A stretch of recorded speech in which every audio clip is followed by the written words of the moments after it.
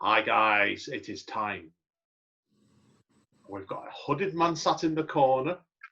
But it's not you this time, Paul, either, is it? Right, so should we put my pure gold hoodies then, shall we? Yeah, go on then. Right, the three hoodies are here now. Oh, yes. Right, now, I'm Andy N. Who is my corn colleague on the bottom of the glasses on? I'm Paul McNamara. And who's our friend with the mask on? I am DrayZera. Oh, brilliant. Quality. Now, people obviously know that we're here to talk Wrestle-Up. And we're going to be talking primarily today about AEW's Fyter Fest 2020. Now, I've got all the list of fights that happened this week on the first part of it. So we're going to go through each fight and talk about what we felt of each one. So the first one was Jurassic Express with Jungle Boy and Luchasaurus, who obviously Mark stood in their corner, against MJF and Wardlow. Dre, do you want to start off this first fight? Yeah, well, to me, this match has been good, solid opener. I wouldn't say it was electric. It was very decent. I felt that this match, in terms of the tempo, I felt that it was good in places. I just felt the whole package itself. I think the match didn't come out of the maximum gear. I think it just didn't come out of third gear personally. So I would say the match was good, but would I watch it again? No, but it was a good opener. Paul, what do you think? I think that's fair enough. I think I liked MJF's promo at the start. Oh, yes, we did talk about that. Good, clear, concise heel work. Throwing like Jungle Boy, saying, I thought Jungle Boy would just stay in California counting his dad's money, which was a nice show because I think his dad died last year, didn't he? Or was it this year? Yeah, he did. Yeah, the Luke Perry from Beverly Hills 90125. It was awful. I think it was an awful promo to say in the fact of like the Bill Peter was perfect. But if someone said about my dad, my dad died, I would have killed him. Literally, yeah. Sorry, Paul. Over to you, mate. Sorry, Paul. Don't forget also, sorry, Paul. Don't forget also, he mentioned loosely about the ratings war as well. Yeah. Yeah. Good point. Good point on that, indeed. So yeah, definitely. It's unfortunate though. He said, we're having this match because we're in a ratings war, and this is like the first week they lost the ratings war in ages. Well, it ended up being the second, really, didn't it? Because they lost the rating war this time as well. So I suppose, yeah. Good, solid character work. Like, again, solid, if slightly unmemorable opener. No complaints with it, but just, good, solid opening match that kind of got things going. Yeah, I agree. It was a good fight. I enjoyed it. It was one that they have the habit sometimes at AEW of getting it off to a really good fight just to keep you really interested. I know they do that a lot on TV programs. I didn't think this was one of them, actually, but I felt it was a good fight rather than spectacular. I don't think Marco Stunt had much of an impact in the fight, but he obviously tried to interfere at one point. And I watched him. I think he jumped into Wardlow's hands, didn't he? And I thought to myself, that was playing daft. I wouldn't even contemplated that. But yeah, did you both thought the right team won? Yeah. Yes. Yeah, I do as well. I think they were talking so much about how little MJF and Wardlow have lost, and I think they can take a loss every once in a while. Yeah, I do as well. No, it was good. It was a good fight. Good fight. So, yeah, I think so. Whether that feud is over now remains to be seen. I don't know yet. I think there's more mileage. I don't think so. There's far more legs at this. And I was just going to say also,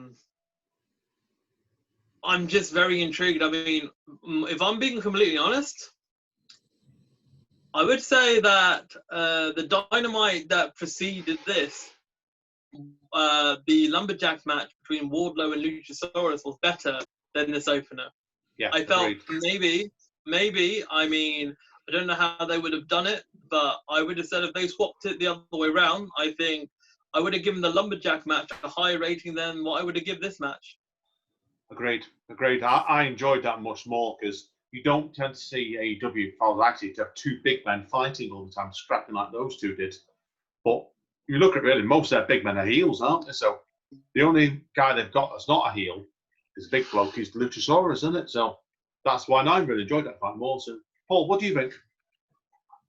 Yeah, like it's it's the same. Even like Jungle Boy and MJF's match from the last pay-per-view was, I think, easily better as well. Yeah. But I suppose it's just something different. Some nice, and that little tease between MJF and Wardlow of kind of dissension at the end as well.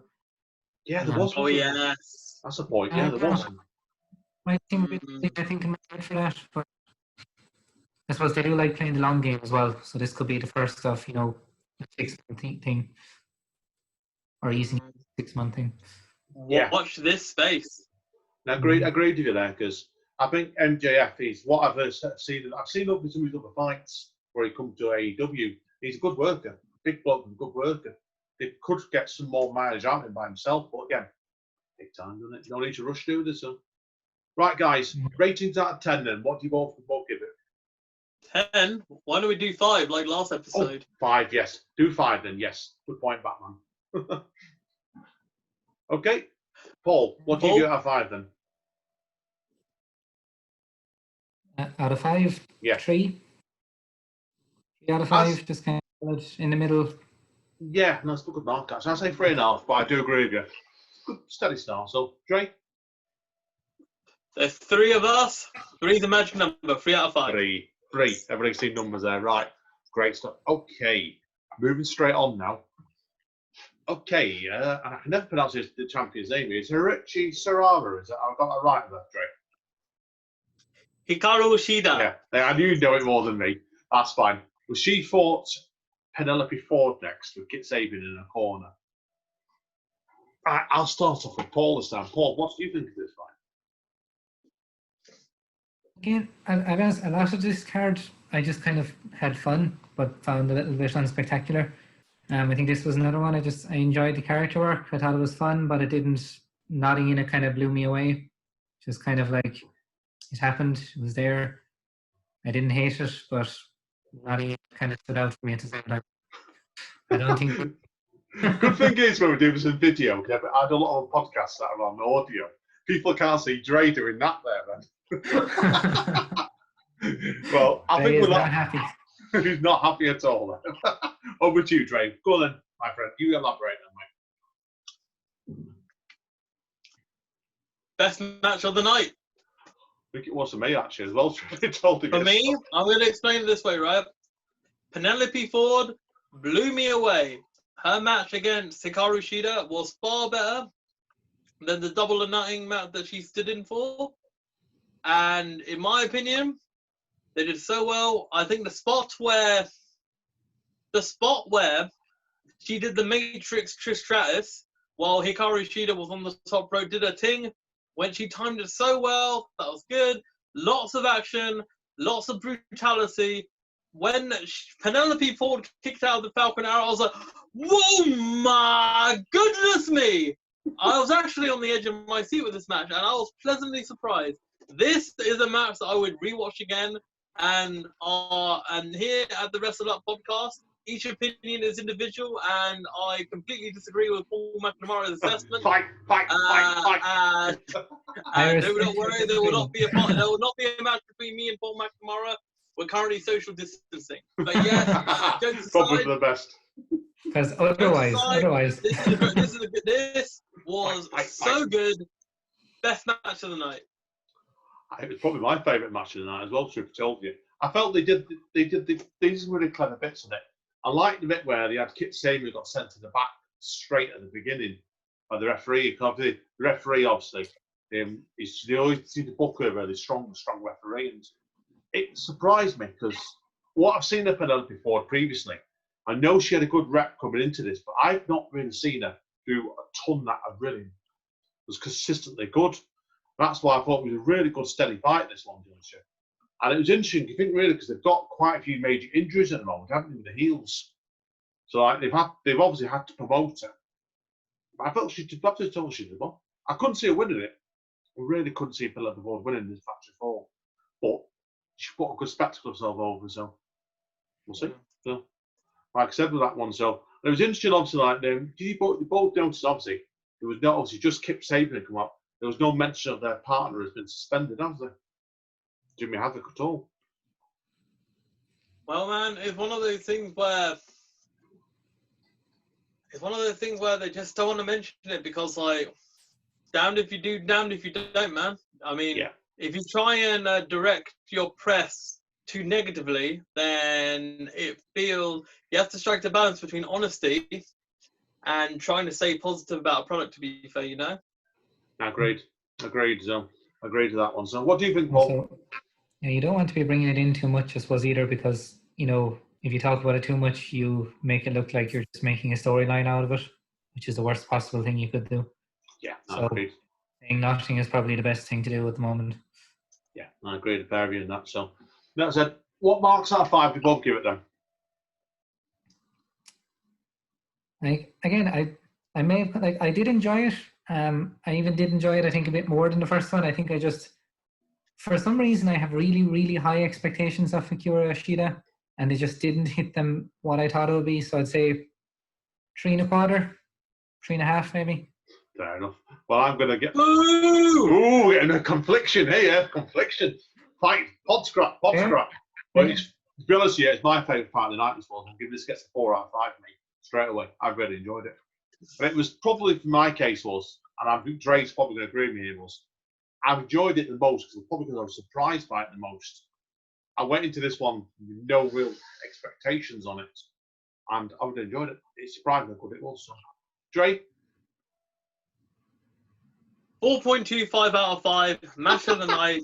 This is a sleeper here, but I feel that one thing you have to keep in mind is that since the role model herself, Dr. Britt Baker, DMD, is still currently out, and Big Swallow is doing her swelting, we have a roster that's a bit depleted. Chris Statlander's injured.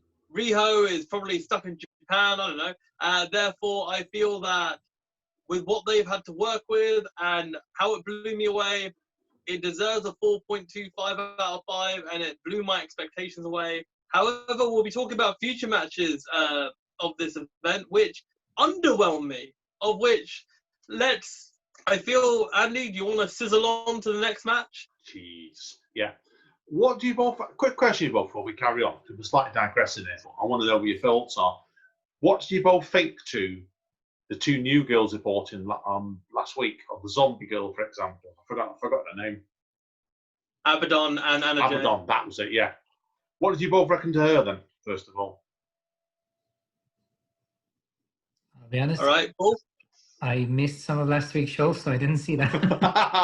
Oh, they bought the zombie girl on. Oh, shit. I'm just saying I like it. Incredible she was. Fair. Yeah, and then we had to go in against Anna Jay, who's wrestled 1 or 2 times on Dark. And people, obviously, I don't know if you saw it, Paul, at the end of it, she lost Anna Jay. The Dark Order carried her off. Okay. So that's why. So. Well, I mean, the Dark, so Brody Lee outreached an arm, and then Anna Jay accepted it, and they walked off together chill. And you know what? Abaddon, watch this space. I'm really intrigued what they're going to do with her character. And Anna Jay, I mean, very intrigued to see what they're going to do with the Dark Order. And you know what? I've got high hopes for Anna Jay. Don't let me down and be a winner with the Dark Order. And we're not sponsored by Dark Order, but if you go on joindarkorder.com, you can become a member of the Dark Order. You mad you are. Right. Okay, on to fight number 3. Screen. Okay, the next one we had was Cody versus Jake Hager.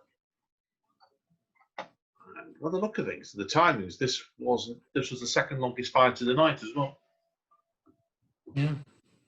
Do you know, every time I see Cody, and I always forget when I see him, and I'm just like, why did you get that neck tattoo?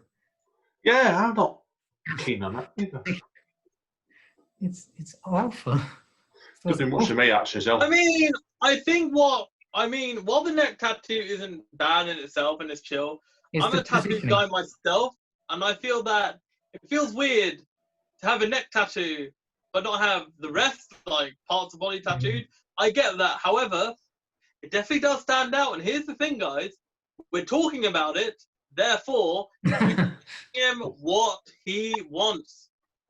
Publicity, yeah. Definite. No. Agree with you completely. There's no such thing as bad press. That's true. And Eric Bischoff said, didn't he? Controversy creates cash. So that's the way he's looking at it here. So yeah, no, I agree with you completely on that. So right, okay. Bischoff's autobiography. Dre, do you want to start off what you thought of the Cody Jake Hager fight then? I think what's a bigger travesty than Paul's opinion on Cody's is actually the outfit of Jake Hager. He looks like Blue Teaster there. What the hell is that outfit? He literally looked like a chump. That's not a champ. Jake Hager got to look serious. He looks like, get him some black tie, like the blue. What the hell is this blue all about? Now that's anyway, actually onto the match. The match itself was alright. It was good. I felt that it was alright. It was a good match. It was better than I thought it would be. But the finish, fuck that finish, man. I mean, what the, like, we're gonna keep doing this whole Cody wins by a skin of his teeth kind of. He's submitting, but he's pinned at the same time. This has happened on more than one occasion. They're making Cody look as if they're not making him look like a dominant champion, but they're making him a fighting champion, I guess. But it all depends on the payoff. Who is going to beat Cody? If it's not Jake Hager, then who is it going to be? And I'm just reading, because I'm just catching up to the wrestling news. Jake Hager receives a storyline fine and suspension for assaulting an AEW referee. Oh my God, this has been quite shocking. How dare he punch the face of a referee? I mean, we've never seen that before. Never. Andy, your thoughts on this? Your thoughts on his outfits being literally like, I'm going to tell you this right now. So I flip this camera around right here, right now, yeah? Let me flip this camera. What is this? What the hell is this? This is an absolute disgrace. This is like first ever wrestling match tights. You know what I'm saying here, right? Oh, look. So anyway, I'd like to hear your opinions on everything I've just said, Andy. I agree with you. I've probably more shocking than you two. I didn't really enjoy this fight, honestly. Didn't really enjoy it at all. I felt after the previous couple of fights he'd had against Jungle Boy, the lad from Private Party, and that guy they bought in, I forgot his name last week before. So Ricky Starks and Mark Quinn. Yeah, I thought the Ricky Starks fight was really, really good. And I watched him on Dark last week. Very, very good wrestler. I was a bit disappointed in it, but I felt I've got a problem with Jake Hager too, for told you, because all the big guys they've got in, I felt they've come with it hungry. And whether it's somewhat with Jake Hager as a person, but he doesn't seem to be as motivated to me. That's why. I thought his wife came along and added the little bits of advice, little bit of heelish heat to his character. But I'd struggled with him. That was all there. So, what do you both think? Do you think he's been successful in the AEW? With Jake Hager? Yeah. Here's the thing. I feel he's treated far more prominently than he did as Jack Swagger in WWE, in my opinion. Even when Jack Swagger was the World Heavyweight Champion, you know, when he did all that "we the people" thing, you know. But in any case, in all seriousness, as Andy N is, he's had enough of the pillows. I've given up. I would say, I thought they'd add a bit of flavour to the background. They're not staying on the couch. But seriously speaking, I'd say yes, he's been a success. However, I believe that the fact that, and this is something that I've noticed that's intriguing, since Sammy Guevara has got suspended from AEW from his comments about Sasha Banks, the Inner Circle have basically, they're still together, but they've basically been segmentalizing them. So Jake Hager's coming out by himself, Ortiz and Santana, they're going in by themselves. Chris Jericho, do you know what I mean? So I feel that once Sammy Guevara returns, because he will return in a few weeks, within a month or two, right? I feel that Inner Circle come back together, and I think Jake Hager will be far better. Does that make sense? I think the jury is out, though, if Jake Hager can thrive without Inner Circle. I think that's a problem for Jake Hager. Yeah, agreed. I saw the video that Sammy Guevara put up this week his apology, and I felt to myself like whether people should think he's brought back or not, that's not me to say. I think you're right. He'll get brought back in a few weeks' time, maybe a month or so. But what do you think, Paul? Yeah, like I think Jake Hager, he's done well in kind of a limited role in AEW. Like I don't think he's positioned as a champion or at the moment, or someone who's going to win a title. But I think is that kind of, then I suppose he's kind of over. Maybe he should be more than that bodyguard character. Maybe he should be more than the muscle. Yeah, I believe that the thing is though is that with his Bellator undefeated record, he has a little bit of legitimacy. Yeah. Although yes, his last fight ended with a low blow DQ. Well, no blow, no contest. No contest. Yeah. Therefore, I believe that for real. I think that the jury is still out whether he can be a top star. But yeah, I mean, I partially agree with Paul in saying that he's probably better in a group than by himself. And also, Jake Hager's wife has zero personality. Get her off my screen, thanks. That's a fair point. Speaking of the MMA record as well, we must bring it in at some stage, just Chris Jericho's commentary. Oh my God, yes. Chris Jericho's commentary, right? Fantastic. I mean, when Chris Jericho retires, he should just do commentary and just be the greatest commentator of all time. Like he's been the greatest in whatever he does of all time. So yeah, have we done ratings yet for this match? No, we haven't. Nope. Andy, go for it. I didn't like it. I thought it was a massive disappointment compared to those two steady fights. So this will only get a 2.5 out of 5 for me. Right. Oh. Give it. Say 1. Go on a day. Say 1 out of 5. I know. I was kind of middle of the line with it. I thought there was some fun stuff in it, but again, that didn't blow me away. So again, like just kind of middle of the road, 3.25. Oh, me. You know what? I think this is generous for me. I think 3. It was above average. I mean, the match wasn't bad, but then again, in my head, I didn't have the most highest expectations of this match because I think these styles, to not pun with AJ, I think the styles definitely clash there, in my opinion. So yeah, 3 out of 5. Hey, right, moving on then. Next fight, guys and girls, or guys and guys, I should say, was a private party with Matt Hardy against Santana and Ortiz. What did you think? Dre, why don't you start this time? Good. It was good. It was a very good. It was a fun match. Good match. Private Party did their thing. Santana and Ortiz did their thug thing. Their scumbaggery. And you know what? I think it was good. It was good. I rate this match all right. I mean, it was good. I didn't know what I expect out of this match, and yeah, it was a good match. Good match, I'd say. Good match. I think there's not too much to talk about, but it was a good match. Yeah, steady for me. So I'm not a massive fan of Private Party, truth to tell. They're a bit green for me. But putting Matt Hardy with them. Whoa! Hold on a moment. Fight. You saying they're too green?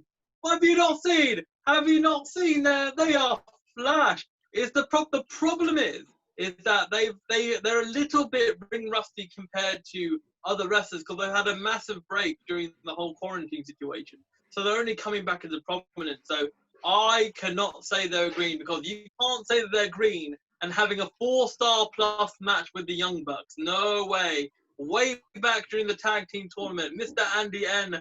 I'm firing shots at you, sir. This is absolutely deplorable that you're saying that they're green. They are far less green than the Street Profits.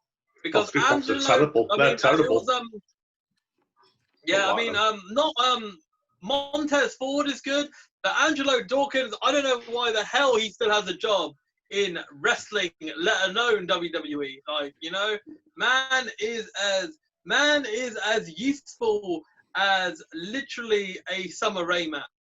But anyway, we digress. Yeah, I think I basically interrupted you, Andy. Sorry, please. Oh, don't worry about me. I've lost count now. Whose turn it is to talk? I think it might be. You said something very. Paul, what did you think about it?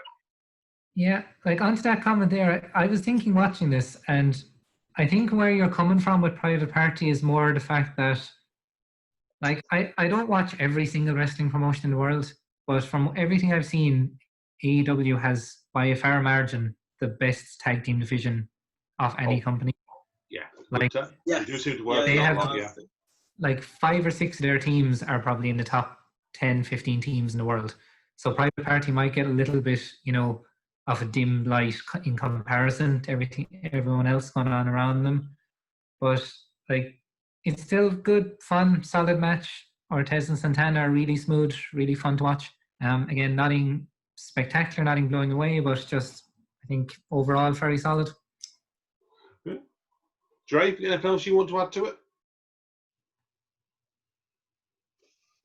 Yeah, I'd say that might be something to consider. I mean, I agree with Paul. I mean, out of all the high-quality tag teams we have within the AEW roster, I would say Private Party's perhaps on the lower end of things, but they're still good. I mean, if you saw them at WWE right now, who's better than Private Party? Like, who's better than Private Party in the tag team division in WWE? Viking Raiders? Yes, Viking Raiders are probably better when they're a War Machine, but literally, they've treated War Raiders like they're treating War Raiders far worse than my last relationship, man. Let me tell you, I'm telling you right now, like, it is absolute baloney, you know? What's all that best out of 10 decathlon thing? Like, are we 10 years old? Like, you're treating War Machine as if, yeah, like, oh my days, my God. No, I agree. It's not doing a lot for me with WWE at the moment. And you think really they've got 3 organisations. You expect them to have a lot better they got with tag teams than what they've got, really. I agree. So, anyway, right. What do you both rate this fight then before we carry on then, or forget? Oh, 3 1/4. 3 maybe. 3. Just fun in the middle. 2.5 for me again. Oh, wait. I'll go you know, I agree with Paul again. I don't know what's happening, but I'm agreeing with Paul again. 3. Why are you going with 2.5? Like, is this because you say that Private Party are green? I'm not keen on them, to be honest with you. I'm nothing against. I think Santana and Ortiz did a really good part of that fight. It's not Private Party didn't do much for me. I think Matt Hardy in the corners improved them. So we'll see. Right. Next thing is we've got to talk about the 2 big promo angles that happened just after that. I can't remember when in now. The Taz and Taz promo, and then we'll talk about Orange Cassidy with Jericho coming out now. Sorry, I was just going to say. Sorry, I was just getting excited here. Just going to say, after what Taz says in regards to what he mentioned about postponing the match for the Fallen, as we know that match isn't happening now, we might as well just give the Moxley prediction after that, because that, you know what I mean? So, yeah. So, Andy, what did you think of Taz's points? I think Taz is a brilliant promo, man. It shows you really some degree with it. I full remember it was like obviously in the ECW years ago, and he was so intense on it. And as soon as he went to WWE and Raw and SmackDown, he seemed to lose that, and that's the organisation. But he's really had this intensity built up about him when he's been fronting Brian Cage. I think he's been brilliant, absolutely superb. And I loved the digs at WWE in this, because I don't know if you've seen this, but there's been a few of the wrestlers getting really quite angry about this commentary flushing out. That's right, but brilliant, very, very good promo. Really enjoyed it. I'm looking forward to the fight in 2 weeks' time. A 5-star promo. Best of the night so far, that was. But I'll tell you what, is really added spice to the Moxley Cage match. I feel that while it's unfortunate that Moxley Cage is not going to be on the second night of Fyter Fest, but it was going to be a Fight for the Fallen the week after, they've made the right choice, because it shows you that AEW cares about their wrestlers and safety. And I'm going to tell you this right now. At this point, why the hell is anyone a WWE fan? If you're a fan of WWE, you are a fan of no human rights. This is what I'm saying right now. I am saying this for real. I am saying this for real. I am literally shooting shots here, and I think we're going to run out of listeners for this podcast at this rate. But jokes aside, I'm telling you this right now. AEW cares, and WWE is in despair. Poetry, mother trucker. But anyway, yeah. So I was just saying, predictions on the Moxley cage match. We'll go with you first, Paul. Oh, Moxley. I'll be honest, I don't think Cage has much of a chance. While he's very good, he feels kind of just like the next big challenger for Moxley to kind of continue his reign. I'd be very, very shocked if Cage won. Moxley's not good. He wouldn't make a good champion, but I would be shocked. I'd be surprised because you look at the fact if they move him into the championship role, what's the contenders going to be? I can't see any. That's why. So obviously, like Cody might have had a chance, but I can't see Cody. So, and then it's a case of, like I said, you have to start looking at stuff like Jungle Boy and stuff. And I don't think Jungle Boy's ready for all that yet. So I think it's Moxley. What do you think, Dre? Well, I think Moxley should win against Cage. I think Moxley needs a lengthy title run for the AEW title, and I feel that whenever Moxley drops it, he has to drop it when there's a crowd back. So maybe in 2021, when things are back to some level of normality, although in America, it literally looks more of a dumpster fire, more than a dumpster fire than WWE ratings. But oh man, I'm throwing more shots. But anyway, more so, jokes aside, well, I'm not really joking. I would say, honestly, there's been rumors of having Pentagon or Phoenix go for single runs against Moxley, and I think that would be cool.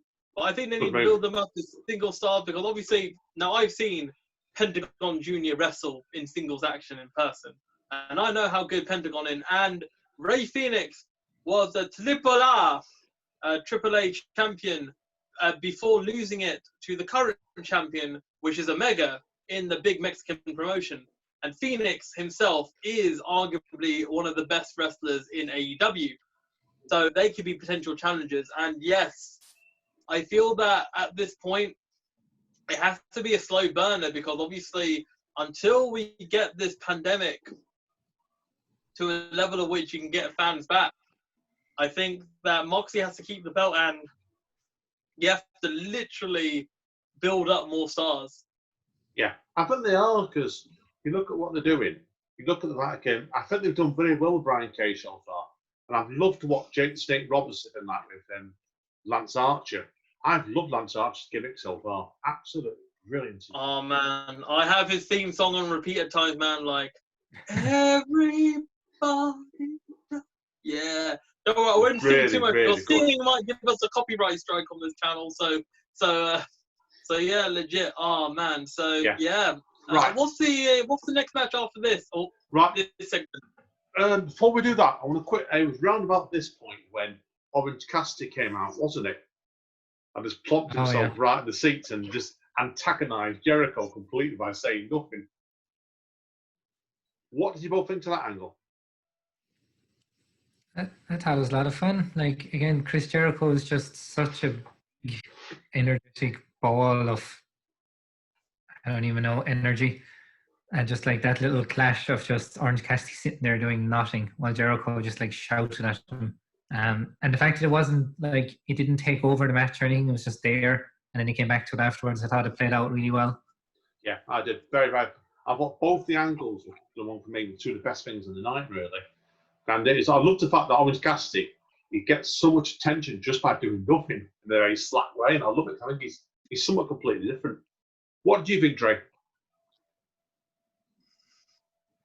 Orange Cassidy is, in my opinion, the AEW equivalent of Santino Marella, but far more captivating, far more relevant, and he's the everyman. He is the man, Orange Cassidy, that you can be chill and still be cool. Orange Cassidy brings double denim back to prominence. The Orange Cassidy should be the future president of the United States of America. So, Excellent. in all seriousness, I honestly think that yes, Orange Cassidy. If he beats Chris Jericho, I'm going to laugh my head off. I'm not going to punch it out of the realms of possibility, but yeah, I mean, we're gonna preview after this, aren't we? Yeah, we are. Yeah, so leave. Don't give we'll leave results. that for later. But Orange Cassidy, if you're listening, buddy, I do love my freshly squeezed orange juice. Good one. Right, well, we've got the main event now of the obviously how things ended. So it was just Kenny Omega and Adam Page versus Best Friends. This was the longest fight in the night as well. So what did you both think to this one? I'll start off with Paul this time. I will say, to start us off, that wonderful entrance from Best Friends. Oh my God. Yeah. It was fun. That did make me smile a lot as well. Oh, God. Fantastic. They have a good team, those two, actually. They really are. But they've been together for years, haven't they? So what knows that's what AEW is very good at, is when they get people in there, they might make them change the characters a bit, but they know what they're doing, don't they? As characters, everybody. And they are very, very good as a team. I love the fact that the mum drove them down. I thought brilliant. I think I'm going to sound like a broken record at this stage, but it was another one that I was like, really good, fun, solid match, but again, didn't blow me away. Yeah. And probably considering, I suppose, that double-edged sword of Adam Page and Omega and the level of expectation you have for them is maybe a little bit disappointing, but it was still like a fun, enjoyable way to finish the evening. Yeah, I think so as well. We'll come on to a minute, but I like the ending of it, to be honest with you. So just after the fight, we'll come on to it in a minute. Dre, what do you reckon? Bro, as I mentioned earlier, this match, unfortunately, to the standards and expectation I had of this match, underwhelming. I mean, the fact that we're talking about Best Friends, Chuck's mum, driving them to the ring as one of the more entertaining parts of the match, and although this match was good, this match was not bad by any stretch of the imagination, but at this point, Omega and Hangman, they are a prime tag team, they are the tag champs, and I felt it was a little underwhelming. I feel that maybe, and this is my own personal opinion, I think Trent is an excellent superstar. He's an excellent wrestler. I just feel, and this might be a controversial opinion, I think that Chuck isn't that good. Chuck him away. That's my opinion. Chuck him away. I feel that, yeah, they could be a good tag team, but if you're going to get above 4 stars, then Trent deserves better. Trent, if you're listening, remember the joindarkorder.com. You're going to be a winner, my friend. Be a winner with the Dark Order. I've applied. I think he's the best one out of the two, actually. I must admit. Trent's definitely the better worker. Remember also, weeks ago, Omega and Trent had a singles match, and it was so good. Such a good 18-minute match. Very good quality. Highly recommend it. It was in a Dynamite episode a few months ago. Yeah, no, I agree. It was that was a really good fight. This, to me, I think the YouTube probably said it was probably a 3-star match, really. It was good. I like it's funny because I preferred the angle at the end more, because I'll come on to it in a minute. But we'll give us a mark now and we'll talk about the angle. So what do you both give this out of 5? 3 out of 5, Paul. Like, the weirdest thing is it's probably one of the worst Kenny Omega matches in a long time, which is saying something because it was still very solid and fun at times. I was just going to say, in terms of like pay-per-view level, yes, but nothing is worse than Kenny Omega tagging with Michael Nakazawa. F that shit. Yeah. That was hard to watch. That was difficult to watch. So I'm going to pull Dre gets the mark. What do you give your mark then, Paul? Then a 3, possibly? I think it was a bit 3 1/4.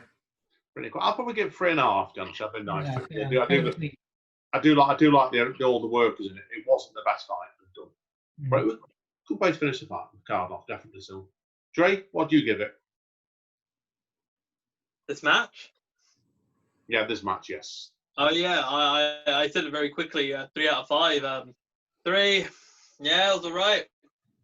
But yeah, enough about that. Let's talk about the ending segment. Let's talk about the ending segment with the best thing of that match for me.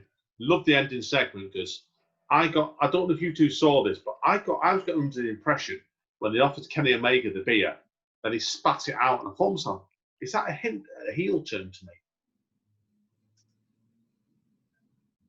I don't know. Well, you know what AEW's like. They plan things so far in advance, don't they? So, yeah. Like I said, but no, I did enjoy it. So, I'd quite happy to see. Yeah, I'd quite happy to see a three-way. I'd quite happy to see a three-way fight between the three of them for the belt. Mm-hmm. And that could happen.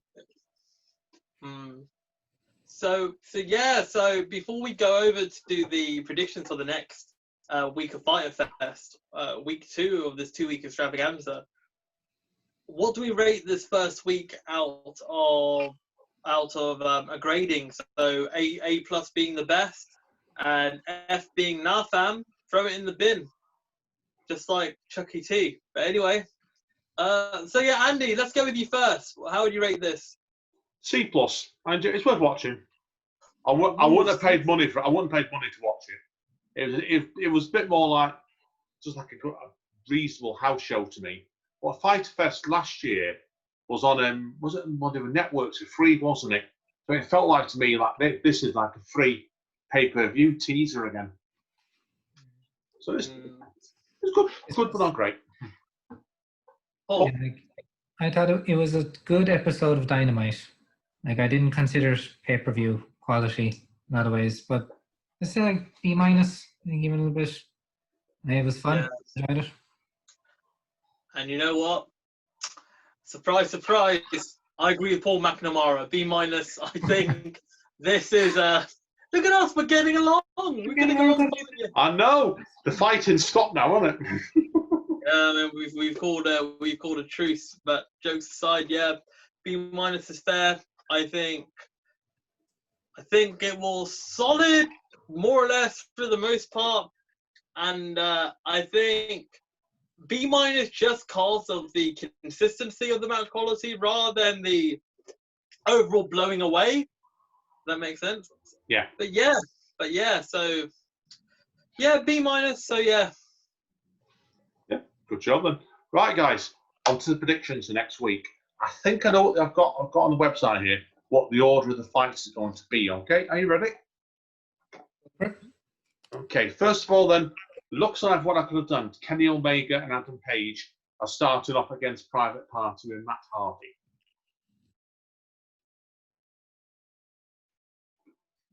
I'll start this one off, and I'm just straight away seeing. I'm not saying there is some spoilers on that apparently for them, but I've kept away from them. I can't see Private Party winning this one at all. I would give it Kenny Omega and Adam Page to retain straight away. Yeah, like Omega and Page are in the slow burn storyline of the year for AEW. I can't imagine this being the end of their tag team title reign. Yep. I think it'll be a good match. I think it'll probably be better than either tag team's match this week. I hope. But yeah. Omega and Page for the win. Yeah, I agree. What do you reckon, Dre?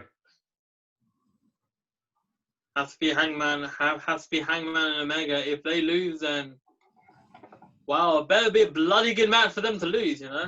Oh, completely. I believe the second fight is going to be FTR and the Young Bucks versus the Butcher and the Blade and the Lucha Brothers. I'm going to say this one, I'm going to surprise you. I think FTR and Young Bucks are going to lose this fight. What do you both think? And I'll say why my thoughts in a minute. Yeah, I think, do you know what? I think I'd agree with you. I think FTR and the Young Bucks will cost each other the match in some way. Yeah, I think so as well. I think they're playing the tour, they're regular the long-term booking. This will be the way to turn it onto the next stage of their feud, basically. So, practicing and losing, they're getting each other's way somehow. What do you reckon, Dre? FTR.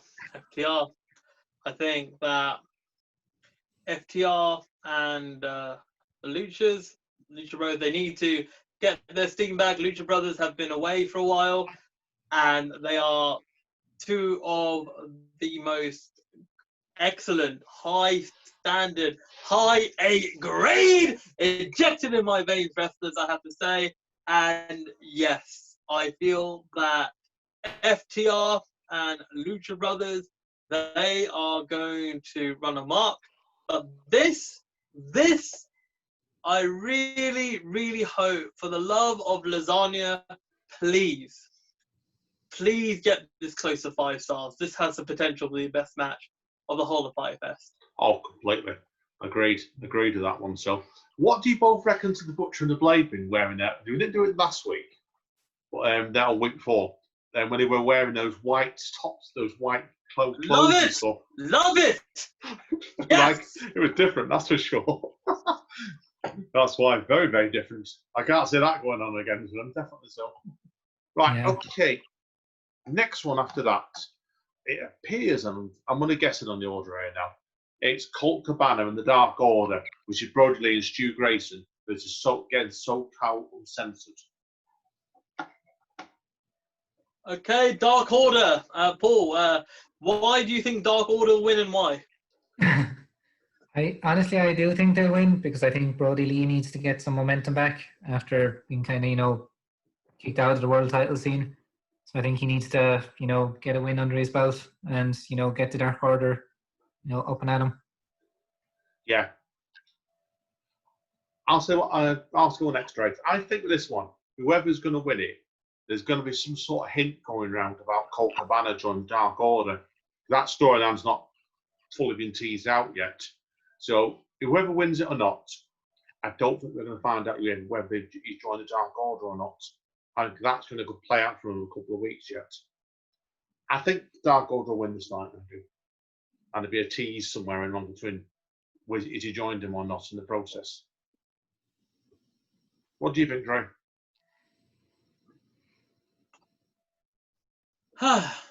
Well, Colt Cabana, if you're listening right now, your career was good 10 years ago, man. The only way to resurrect your career is to join the Dark Order. Join Dark Order. Actually, you know what? You don't need to go on that website, because Brody Lee's got your application, my friend. Follow the path of the Dark Order and let the darkness release within you. Agreed. Dark Order. Agreed. We are one then, right? Definitely. No, I agree. Okay. Next one. Right, next one we've got is Nyla Rose versus TBA. TBA has not been revealed yet. I'm wondering, is this going to be a surprise, or is it just a Nyla Rose in action squash match to get her momentum going again, kind of thing? I think it'll be a squash match, don't you? My instinct's telling me when they were advertising it last 2 weeks was Nyla Rose in action. So usually means it's a squash match. Because obviously there's still talk around like Tessa Blanchard at the moment, isn't there? Where's she going and stuff? But the thing is Tessa still stuck in Mexico? Like, was she able to get out of Mexico even if she wants to? I'm not sure on that one. I don't know actually. Dre, have you heard anything? In regards to who? Tessa Blanchard. Hold on, let me just tweet Tessa. Bear with. I'll find out. Keep talking. Let me see. Let me find out about Tessa. Okay, while Dre's researching them, let me ask you then, Paul, in your opinion, where do you see Tessa Blanchard going? If and when she can get out of Mexico? Honestly, it's a tough one, because we don't really know the whole story about what happened in Impact and that kind of mess towards the end. Weirdly enough, while, with so many wrestlers, AEW is fantastic because it has that freedom. Tessa Blanchard at the moment almost seems like a bit more structure would suit her better.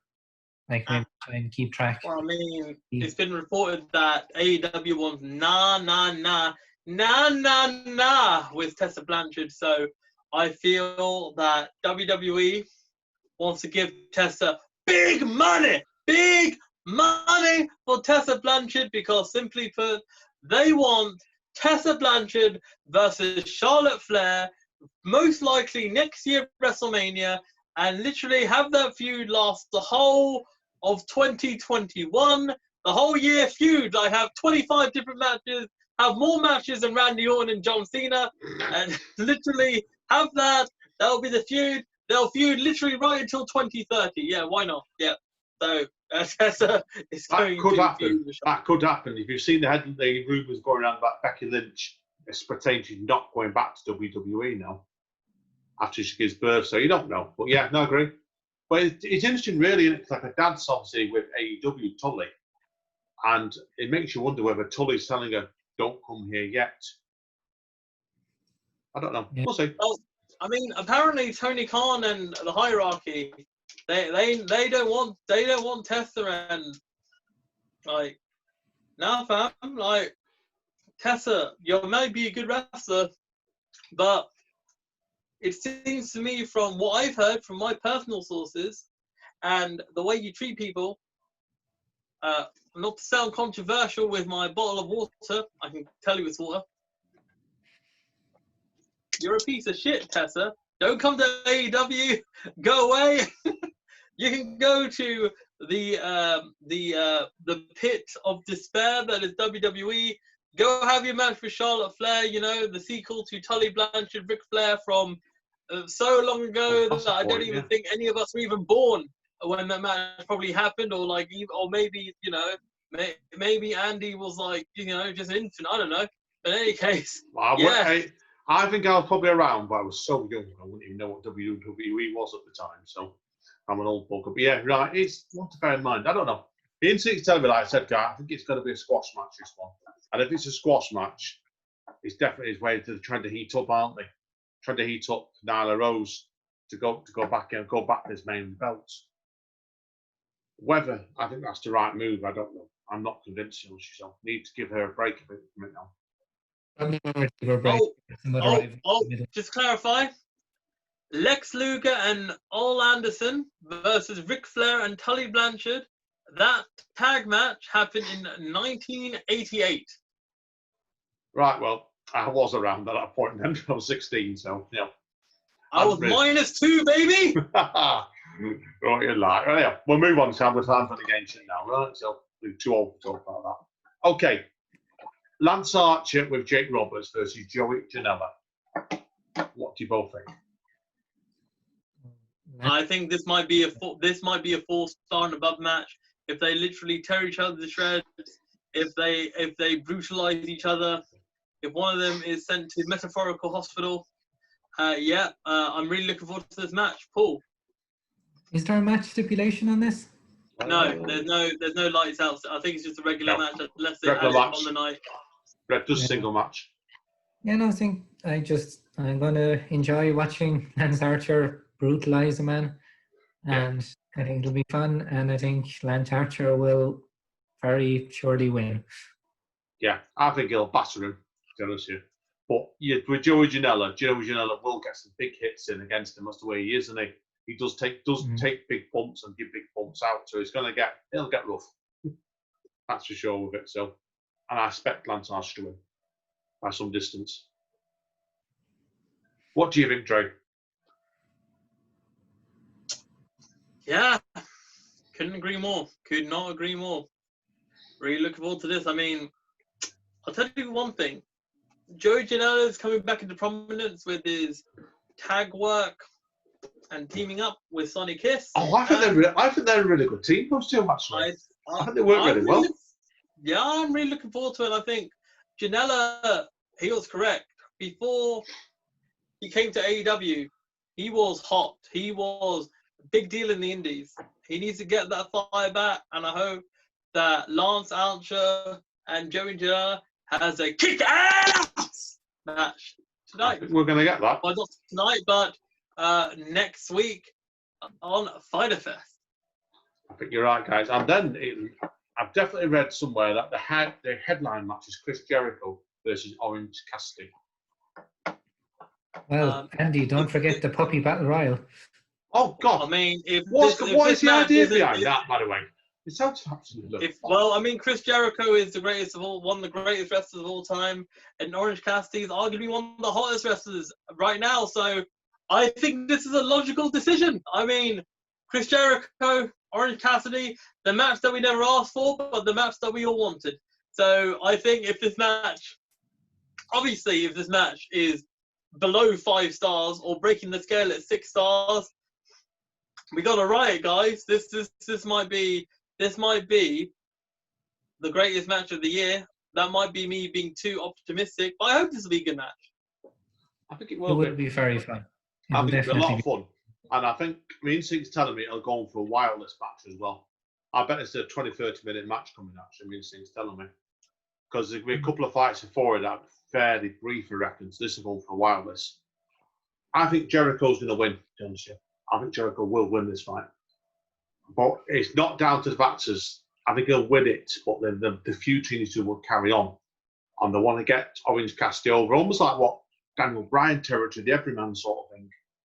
And then they want to pull the trigger on him. Not yet. It's a tough one. It's like where Orange Cassidy is now is kind of like the, what's his name, Toru Yano in New Japan, where he can win any match at any time, kind of thing. So like I'm going to go for Orange Cassidy. I think it could be an upset, because I think it would be almost more fun to see Jericho lose, and he could almost take that kind of loss and make more out of it than the win. Yeah, it's possible. Very possible. What do you reckon, Dre?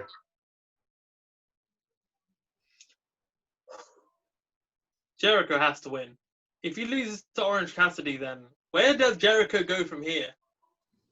You can't be Le Champion and lose to something that's monikered through orange juice, man, you know? So I would say if this match can go close or above 30 plus minutes. And yeah, I think that Orange Cassidy and Jericho will be right up there. I actually think that the way I'm thinking this, night 2 should be far better than night 1. That's my opinion. Definite. There's a lot of, you think really, the Orange Cassidy and Jericho match going to be an excellent match. And I expect the 8-man tag team to be a cracker as well. So yeah, there's a couple of really good fights there. And I expect Lance Archer one to be brutal. So yeah, I do. But I've read a comparison somewhere, and we'll use this as the concluding thought, guys, actually, keep the time in, was that if you treat this as like a 4-hour pay-per-view, the first 2 hours using the pay-per-views are building up, aren't they? They want it to be more, to be really into the last couple of fights more. And I think this could be the case here, actually. What do you vote for? Like, looking at the cards beforehand, I didn't think there would be such a difference between night 1 and night 2. I almost thought night 1 would have been the one to steal the show, but I think you're right. I think night 2 will be the bigger night. Yeah, I do as well. I do as well. Looking forward to it, so definitely that one. So, yeah. Right, guys, is there anything else on the table we need to give people? You have a plug or anything for anything before we go? Nope. No. Well, you know what? I'll plug. Well, people, if you haven't already and you want to get some literature in your veins so it doesn't stain, definitely check out my book, Broken Circuit Board, right here. As you can tell, this is actually me. I was a younger boy without a mask with this book.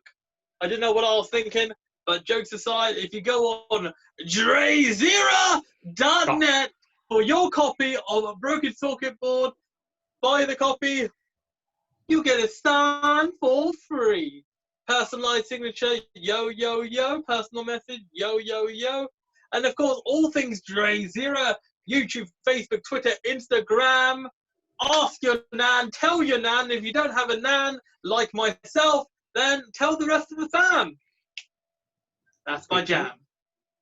You can track me down on One Writer and his blogspot.com, where you can see my new book, which you two don't know about, which is a fantasy book, fantasy poetry, and it's called Buried Alive on the Wall, and it's book 2 in Barbarians of the Wall. So it's 3 epic poems done fantasy style. So just bought the one out last week. So, and Paul, people to find you, where can they find you? Well, first, I'd like to tell everyone at home that they should probably go buy those 2 books. Thank you. And Hang on, yeah, do it again. Drake can do it. I'll do it as well. I'm not sure where I am on the screen, but buy those 2. Yeah, and if you want to look up me, I'm Paul McPoet on Twitter and Instagram, and Paul McNamara Performance Poet on Facebook. Fantastic. Right, guys, everyone's wondering, we're not going to be back next week for at night 2 of Fyter Fest. We're going to wait till the week after. Then we can do a review on that and Moxley versus Brian Cage, which I'm really looking forward to. So, take care, guys. See you all soon. Zera later. See you soon, guys.